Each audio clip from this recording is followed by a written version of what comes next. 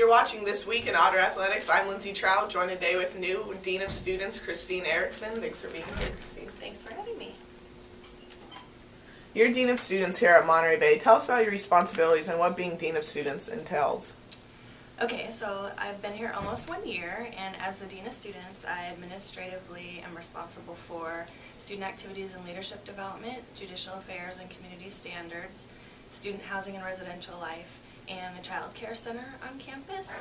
And then I also work with student leaders through Associated Students, the Otter Student Union, student organizations, and have some judicial responsibilities and assist students in trouble when they come into a crisis, whether it's their own illness or death of a family member, those kind of things.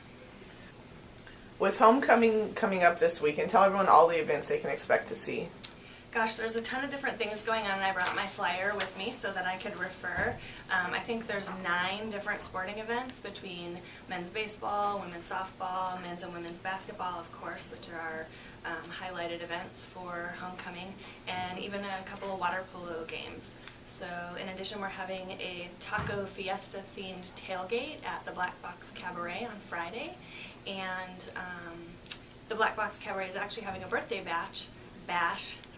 They're having a birthday bash, and that show is going to be Bobby Bracken's, and I apologize, I do not remember what kind of music that is, but they're having a big show that night. And how's the fan turnout usually on big weekends like homecoming? And how do you spread the word around campus to get these big crowds? I think the crowd has been really good. I mean, this is my first basketball season, and so I come to almost every home game if I can.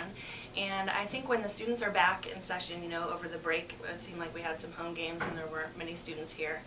But once school started again, there was a lot of students. There's a lot of community support, a lot of student parents, and actually a lot of faculty and staff, which, you know, that's part of why I like being here. And I can't remember the second part of your question.